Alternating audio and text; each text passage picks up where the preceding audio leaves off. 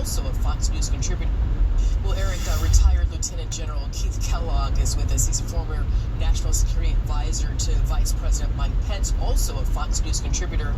General Kellogg, this is very concerning, this new turn of events here. The Commander-in-Chief can't lay out his specific plans per se, but he has to take a serious and targeted response. So what might the military reply, if you will, look like, and how many options do we have?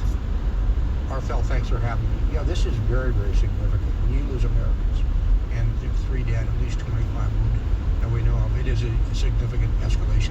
Look, I go back to what President Trump said in his State of the Union in January of 2020, when he said very clearly, if you attack an American, your life is forfeit. Well, we've just had some Americans killed.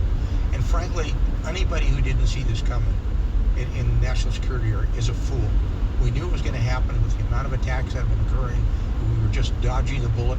We were getting lucky. And it was caused primarily because of our normalization of activities. It was like, well, it's kind of okay to attack forces in the Middle East. It's okay to shoot missiles in the ships in the Red Sea.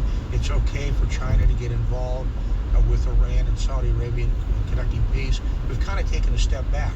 Now the president's hand, President Biden's hand, is forced in just a few blocks from here in the White House complex, and the situation, I'm sure they're thinking of what they have to do.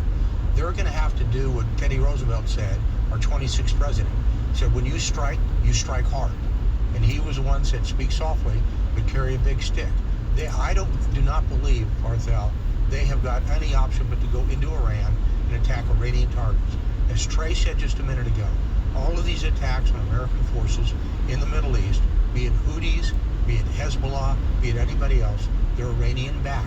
And this administration has pulled its punches, and it can't do that anymore. It has to make a hard strike.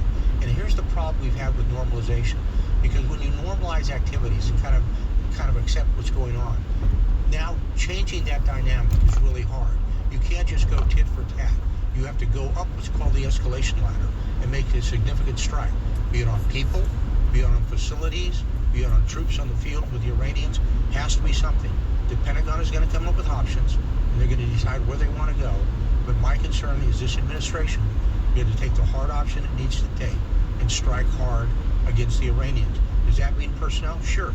It could mean everything from going after Ismail Ghani, who's the current leader of the Quds Force, or even the Supreme Leader, Khomeini, or going after facilities that build the drones within Iran, take out their naval facilities. They're going to have to make those decisions.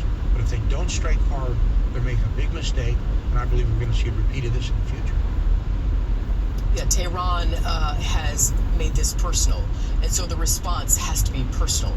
But what I do ask, though, what about our allies in the region? I mean, who's on board, and what's the current communication between our allied forces? You know, Arthel, that's a great question, and you need to bring your allies along. But this is an American issue. They have killed Americans, and this is, as you just said, this is personal, and we should lead. And if you want to come with us, come on with us. But if you don't, we're going to remember who came with us and who didn't.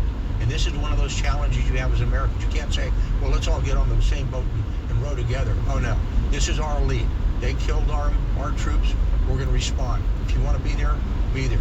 Now, of course, they're reaching out to them. I'm sure they're reaching out to the French and the Brits and the Italians and everybody else. But this is clearly, it's our lead.